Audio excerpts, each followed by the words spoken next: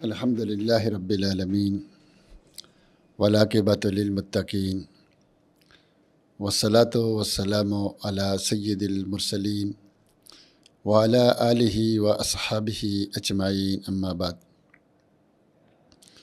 رب اشرح لی صدری ویسر لی امری واحلل عقدۃ من لسانی یفقہ قولی رب زدنی علما اما بعد فاعوذ باللہ من الشیطان الرجیم بسم اللہ الرحمن الرحیم افرأیتم اللات والعزی۔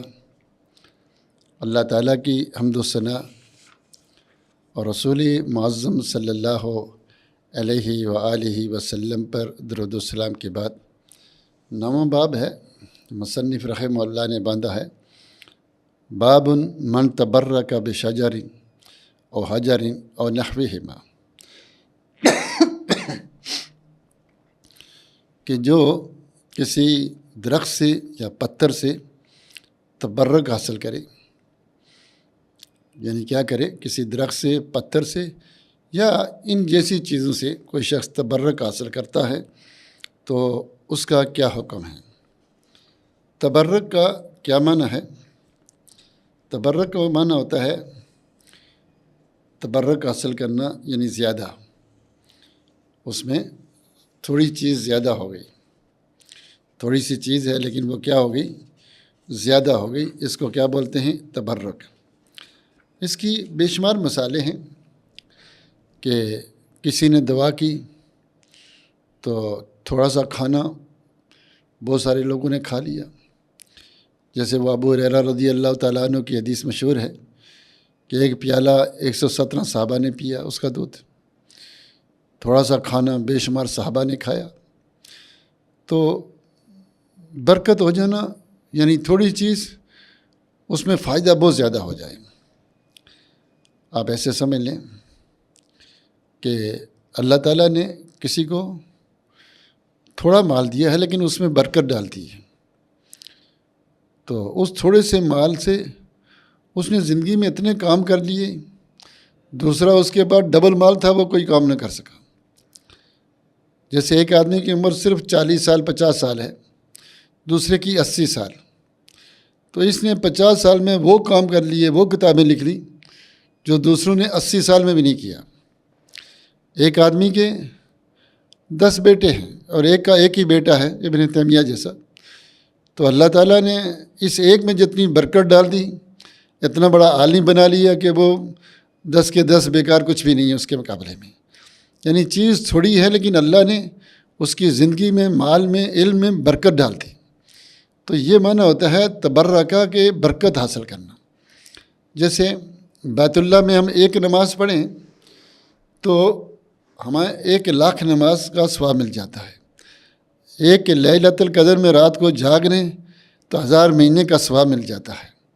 تو یہ کیا مطلب ہے کہ عمل تھوڑا سا لیکن برکت بہت زیادہ ہوگی، یہ معنی ہوتا ہے برکت کا۔ اب اگر کوئی شخص برکت حاصل کرتا ہے تو ذاتی برکت جو ہے وہ برکت اللہ دیتا ہے، کوئی بندہ نہیں دیتا۔ ایک ہوتی ہے برکت العمل، ایک ذاتی برکت۔ ذاتی برکت جیسے بیت اللہ میں نے آپ نے نماز پڑھی تو 1,00,000، ایک نماز 1,00,000 کے برابر بن گئی، جماعت سے بڑھی تو 27 گنا زیادہ بن گئی۔ یہ برکت العمل ہوتا ہے۔ اگر آپ نبی صلی اللہ علیہ وسلم کے زمانے میں ہیں، ایمان لائیں، عمل کیے، تو اس عمل کا کتنا زیادہ ہو جاتا ہے، لیکن اگر وہ عمل نہ کرے، ایمان نہ لائے، اسلام نہ لائے، تو سب سے بڑا کافر بن جاتا ہے۔ اگر ایک آدمی بیت اللہ میں نماز چھوڑ دیتا ہے، مسجد الحرام میں بیٹھ کر نماز نہیں پڑھتا، اس کو گناہ ڈبل ہے، 4 گنا زیادہ ہے، جیسے حدیث میں آتا ہے۔ اگر عمل کرے گا تو وہ اس کا ایک عمل اتنا زیادہ، اس کو 1,00,000 کے برابر اس کو ثواب مل جائے گا۔ تو مسلمانوں کے پاس چاہے ابو بکر ہوں، کوئی صحابی ہو، تابعی ہو، یہ برکت العمل ہوتا ہے۔ کچھ زمانے برکت کے ہوتے ہیں، کچھ جگہیں برکتیں ہوتی ہیں۔ جیسے لیلۃ القدر کا، رمضان کا مہینہ برکت والا، نبی صلی اللہ علیہ وسلم کا زمانہ برکت والا، اور مکہ جگہ ہے برکت والی، کچھ چیزیں برکت والی ہوتی ہیں۔ قرآن جیسے یہ برکت والی کتاب ہے، ایک لفظ پڑھو تو 10 نیکیاں ثواب ملتے ہیں۔ تو مطلب کیا ہے کہ کچھ چیزوں کو اللہ نے، کچھ جگہوں کو، کچھ زمانوں کو، کچھ لوگوں کو اللہ نے برکت والا بنایا ہے، اور یہ برکت اللہ دیتا ہے، کوئی اور نہیں دیتا۔ برکت کون دیتا ہے؟ اللہ دیتا ہے، کوئی اور نہیں دے گا۔ اب اگر کوئی شخص برکت اللہ کو چھوڑ کر کسی اور سے برکت لیتا ہے، کسی پتھر سے، کسی درخت سے، یا کسی کارخانے سے، کسی دیوار سے، کسی لکڑی سے، کسی موبائل سے، کسی کتاب سے برکت لیتا ہے، تو وہ کہتا ہے کہ یہ چیز برکت دیتی ہے، تو یہ کیا ہو جائے گا؟ شرک ہو جائے گا، کفر ہو جائے گا۔ مصنف یہ باب بندنے کے بعد جو آیت لے کر آئے وہ کون سی؟ افرأیتم اللات والعزی، کیا تم نے لات و عزی کو دیکھا؟ یہ لات ایک صنم تھا، بت تھا طائف میں، بنی ثقیف کا۔ تو اہل علم کے اس کے 2 قول ہیں کہ ایک بہت بڑا خوبصورت قسم کا پتھر تھا، اس میں نقش بنے ہوئے تھے، لوگ اس پر بیٹھتے تھے، وہاں ٹھہرتے تھے برکت حاصل کرنے کے لیے، کہ یہاں بیٹھیں گے، بیٹھ کر دعا مانگیں گے تو کیا ہوگا؟ ہماری مشکلیں دور ہو جائیں گی، حاجتیں پوری ہو جائیں گی۔ ایک تو علماء نے اس کا یہ معنی کیا ہے۔ دوسرا تشدید کے ساتھ لتا یا لطو، کہ وہ ایک آدمی تھا، بڑا نیک تھا، رجل صالح، یلطو سبھی کا للحجاج، تو حاجی جب حج کرنے جاتے تھے تو ان کے لیے کیا بناتا تھا؟ ستو بناتا تھا، یعنی انہیں کھانا کھلاتا تھا، پانی پلاتا تھا، یہ کام کرتا تھا۔ تو یطعم الحجاج، تو حاجیوں کو کھانا کھلاتا تھا۔ تو وہ مر گیا تو لوگوں نے اس کے نام پر بت بنا لیا کہ بڑا نیک آدمی تھا، تو لہذا اس کا بت بنا جائے، یاد رکھی جائے، اس کے ذریعے اللہ کو پکارا جائے۔ تو یہ غلو فی صالحین، صالحین میں یہ لوگ غلو کرتے تھے۔ اور دوسرا جو عزا ہے، اور یہ جو دونوں تفسیریں بھی یہ لیں، کوئی بھی لیں، اگر یہ وہ پتھر تھا یا نیک آدمی تھا، بت لوگوں نے بنایا ہوا تھا، تو چاہے وہ آدمی تھا اس کے نام پہ بت بنا تھا، یا وہ ویسے ہی پتھر تھا، لوگ وہاں بیٹھتے تھے اور تبرک حاصل کرتے تھے کہ یہاں بیٹھیں گے تھوڑا تبرک ہوگا، فائدہ ہوگا۔ اور دوسرا عزا ہے، یہ بھی ایک بت تھا، تو اس کے اندر ایک شیطان عورت ہوتی تھی، اہل مکہ کا جو ہے قریش، اور سارے جا کر اس سے کیا کرتے تھے؟ برکتیں حاصل کرتے تھے، دعائیں مانگتے تھے۔ تو مصنف یہ آیت کیوں لائے ہیں کہ کسی پتھر کے پاس جا کر بیٹھنا، کسی بھی چیز کے، کہ یہاں بیٹھ کر دعا مانگنے سے یا اس پتھر سے، پتھر کی وجہ سے ہمیں کچھ فائدہ ہوگا، یا ہمیں کوئی فائدہ ہوگا، ہماری دعائیں قبول ہوں گی، یا تھوڑی چیز زیادہ ہو جائے گی، اس میں خیر و برکت ہے، تو یہ شرک ہے۔ اللہ کے علاوہ آپ ایک پتھر کو برکت والا بنا رہے ہیں۔ برکت والا کا معنی کیا ہے؟ کہ اس سے فائدہ ہوگا ہمیں، یعنی پہلے برکت کا معنی پیا کہ زیادہ ہو جانا، فائدہ ہو جانا، تھوڑی سی چیز ہے لیکن وہ زیادہ برکت والی بن گئی۔ تو یہ پتھر کوئی چیز زیادہ نہیں کرتا، یہ درخت کوئی چیز زیادہ نہیں کرتا، یہ دیوار کچھ زیادہ نہیں کرتی، کوئی انسان کچھ زیادہ نہیں کرتا۔ زیادہ اور کم میرا رب کرتا ہے اپنے عمل کی، ہمارے اعمال کی وجہ سے۔ جب ہم نیک عمل کریں گے تب زیادہ ہوگا، نہ کہ درخت اور پتھر، یہ جگہ، یہ روڈ، یہ راستہ، یہ گاڑی، جیسے ہمارے یہاں مختلف قسم کے ہمارے ذہنوں میں لگا ہوتا ہے۔ دیکھیے، ہم صبح صبح اٹھتے ہیں تو کہتے ہیں فلاں آدمی اگر آئے صبح صبح تو بونی اچھی ہو جاتی ہے، پورا دن دکان صحیح چلتی ہے۔ صبح صبح آئے، اگر ادھار مانگو تو لوگ ناراض ہو جاتے ہیں، سویرے سویرے تو انہیں ادھار لینے آئے، پورا دن میری دکان کا جو ہے وہ مسئلہ خراب ہوگا، یعنی گاہک نہیں آئیں گے، سارے ادھار ہی مانگیں گے۔ تو یعنی وہ اس آدمی کو نفع و نقصان کا مالک سمجھتے ہیں، کہتے ہیں یہ آدمی اگر دکان پہ آ جائے نا بڑے فائدے ہوتے ہیں، صبح صبح آ جائے، یہ آدمی آ جائے تو بڑا نقصان ہوتا ہے، اس راستے سے جاؤ تو بڑا فائدہ ہے، ادھر جاؤ تو بڑا، یعنی ان راستوں، ان جگہوں سے وہ کیا کرتے ہیں؟ تبرک حاصل کرتے ہیں۔ تو تبرک تو اللہ کے علاوہ، اسلام کے علاوہ اگر کوئی شخص کسی سے تبرک حاصل کرتا ہے، کسی پتھر سے، درخت سے، مٹی سے، روڈ سے، تو یہ کیا ہوتا ہے؟ یہ شرک ہوتا ہے۔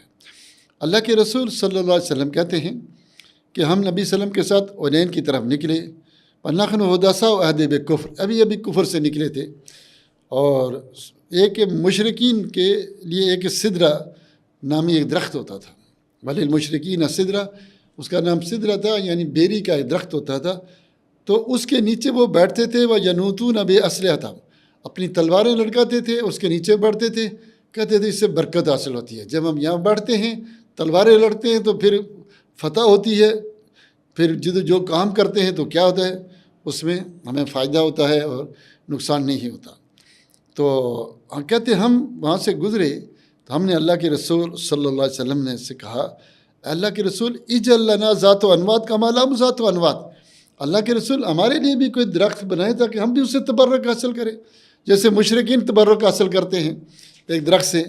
تو اللہ کے رسول صلی اللہ علیہ وسلم نے کہا، اللہ اکبر، انہا سنن والذی نفسی بیدہ، کہ اس ذات کی قسم جس کے ہاتھ میں میری جان ہے، کما قالت بنو اسرائیل نے موسیٰ، تم نے تو وہی بات کہی جو موسیٰ کی قوم بنی اسرائیل نے کہی تھی، اجعل لنا الہا کما لہم آلہہ، ہمارے لیے بھی ایک الہ بنائے جیسے ان کے لیے الہ ہیں، ہم ان کی عبادت کریں۔ تو اب یہ پھر فرمایا لَتَرْكَبُنَّ سُنَنَ مَنْ كَانَ قَبْلَكُمْ، تم انہی کی سنتوں پر چلو گے جیسے پہلے لوگ چلے تھے۔ اب یہ صحابہ ہیں لیکن نئے نئے اسلام میں داخل ہوئے، مکہ فتح ہوا، انہوں نے کہا ہمارے لیے تبرک کے لیے ایک درخت بنا دیں تاکہ ہم بھی وہاں تھوڑی دیر بیٹھیں آرام کریں، تو پھر ہمیں فائدہ ہوگا، جنگ میں فتح ہوگی، کام جس کام کے لیے جائیں گے وہ کام ہو جائے گا، کریں۔ تو اللہ کے رسول نے کہا یہ وہی بات ہے جو موسیٰ کی قوم نے کہی تھی کہ ہمارے لیے بھی ایک الہ بنائیں جیسے ان کا الہ ہے، یعنی یہ شرک اکبر ہے، یہ شرک اکبر ہے۔ بندہ یہ عقیدہ رکھے کہ فلاں جگہ فلاں بندہ فلاں چیز کیا کر رہی ہے، وہ اس کے پاس بیٹھنے سے، ہاتھ لگانے سے، چومنے سے، چاٹنے سے، اس کے پاس کھڑے ہو کر دعا مانگنے سے ہمیں فائدہ ہوگا، بابا یہ شرک ہے۔ یہ کیا ہے؟ شرک ہے۔ عمر رضی اللہ تعالیٰ عنہ نے حجر اسود کو مخاطب کر کے کہا تھا کہ میں تجھے بوسہ دے رہا ہوں اس لیے دے رہا ہوں کہ اللہ کے رسول صلی اللہ علیہ وسلم نے تجھے دیا تھا، تو ایک پتھر ہے، لا تنفع ولا تضر انک حجر، تو پتھر ہے، نفع نقصان نہیں دیتا۔ ہم تجھے بوسہ اس لیے نہیں دے رہے کہ تو نفع نقصان دیتا ہے، بوسہ اس لیے دیتے ہیں کہ اللہ کے رسول کی سنت ہے۔ ہم بیت اللہ کے ارد گرد طواف کرتے ہیں اس لیے نہیں کہ بیت اللہ کے پتھر کو نفع نقصان دیتے ہیں، نہیں، نفع نقصان ہمیں اللہ دیتا ہے، یہ عبادت کا طریقہ ہے، یہ عبادت کا طریقہ ہے۔ تو ہم نفع و نقصان کون دیتا ہے؟ اللہ دیتا ہے۔ کون دیتا ہے؟ اللہ دیتا ہے۔ تو ہم نفع و نقصان اللہ سے مانگیں، پتھروں سے نہ مانگیں کہ فلاں پتھر بڑا برکت والا ہے، یہ عقیق ہے جی، عقیق پتھر ہے، یہ میں نے پہنا مجھے نفع دیتا ہے، یہ انگوٹھی، یہ گھڑی، یہ تعویذ، یہ منکا، یہ ڈھنکا، یہ اینک، یہ فلانا، یہ کپڑا، یہ جوڑا، یہ چادر، میرے بھائیو یہ سب شرکیات ہیں۔ کبھی یہ شرک اکبر بن جاتا ہے جیسے پہلے بتایا، کبھی شرک، اگر اس کو صرف سبب بنا رہے ہیں تو شرک اصغر ہے، اگر یہ خود فائدہ دیتا ہے تو شرک اکبر ہے، اگر اس پر توکل اور بھروسہ کر رہے ہیں تب بھی شرک اکبر ہے، اور یہ اسباب بھی نہیں ہیں، یہ پتھروں سے تبرک حاصل کرنا، یہ تو کیا ہے؟ یا یہ شرک اصغر ہے یا اکبر ہے۔ اس لیے کوئی چیز، ہاں ہم نے فائدہ حاصل کرنا ہے تو کیسے؟ میں نے شروع میں جیسے بتایا، ہم اسلام لے آئیں، ایمان لے آئیں، اللہ کی عبادت کریں، اور جو جائز اسباب ہیں ان کے ذریعے اپنا علاج کرائیں، دعائیں کریں، اللہ سے مانگیں، اللہ مشکلیں دور کریں، ہو گئی تو ٹھیک ہے، نہیں تو صبر کریں، نہیں تو اس مشکل کے بدلے میں اللہ جنت الفردوس میں جگہ دے گا۔ بڑی جو مشکلیں آتی ہیں تو درجات بھی بڑے ملتے ہیں، نہ کہ مشکل دور کرنے کے لیے، حاجت پوری کرنے کے لیے ہم ایڑی چوٹی کا زور لگائیں اور کہیں جی یہ بابا نہیں تو اس بابے کے پاس، اس بابا نہیں تو اس بابے کے پاس، اور اپنا عقیدہ، اسلام، ایمان سب کچھ خراب کر دیں۔ تو اس لیے میرے بھائیوں، میرے دوستوں، برکت حاصل کریں، لیکن جیسے لوگ دم کرتے ہیں نا، پہلے میں بات کر چکا ہوں، دوبارہ 2-4 جملے بتا دیتا ہوں۔ جیسے پہلے لوگ کہتے ہیں جی فلانے بابے کے پاس چلیں، فلانا ان سے کیا کہتے ہیں دعا کر، ان سے دم کرا کے آتے ہیں۔ اب وہ بھی دم کر کے شف کرتا ہے، جی یہ سید صاحب ہے ان سے دم کریں، شف کرتا ہے، یہ بڑا مولوی ہے، یہ سید ہے، یہ پیر صاحب ہیں، یہ بابا، یہ برکت العمل ہے، آپ خود عمل کریں، لوگوں سے چھو چھاڑ نہیں کریں، اللہ نے ان کو سبب نہیں بنایا ہے کہ یہ سید ہے، یہ دم کرے گا ٹھیک ہو گئے، یہ مولوی ہے، نہیں. آپ اس کو کیا سبب بنا رہے ہیں؟ شرک اصغر کر لیا، اس لیے وہاں سے نکل گئے. اس لیے یہ شرک کے راستے چھوڑے. یہ شرک کے راستے جب کہتے ہیں نا یہ بابا کرے گا، بس بابا صاحب ہے، وہی سورہ فاتح آپ کو آتی ہے، اب کر سکتے ہیں. آپ بسم اللہ پڑھ کے کھائیں، بسم اللہ نہیں کہتے، بابے کے ہاتھ سے کھا لو، زیادہ پہلے اس سے کھلوا لیں، زیادہ برکت. ایسا کوئی سبب نہیں ہے بھائی. وہ اسباب نہ بنائیں جو شریعت نے نہیں بنائے. آپ بسم اللہ کریں، دائیں ہاتھ سے کا کھائیں، نوالے پہ الحمدللہ کریں، کھانے کے بعد دعا کریں، اللہ کا شکر کریں. لئن شکرتم لازیدنکم، تم شکر کرو گے اللہ وہ دے گا. اللہ کی نعمتوں کا شکر کریں. یہ تماشے نہ بنائیں، پہلے یہ بابا کام کر لے پھر ہم اس کا جھوٹا کھائیں گے برکت ہوگی، یا وہ، یہ سب غلط ہیں. ہاں بڑوں کی تعظیم ضرور کرو، عزت ضرور کرو، لیکن اس حد تک غلوب نہ کرو کہ شرک کی حد تک پہنچ جائے. اللہ تعالیٰ سے دعا ہے کہ اللہ تعالیٰ ہمیں قرآن و سنت کو سمجھنے اور اس پر عمل کی توفیق دے، شرک سے بچائے. آمین یا رب العالمین.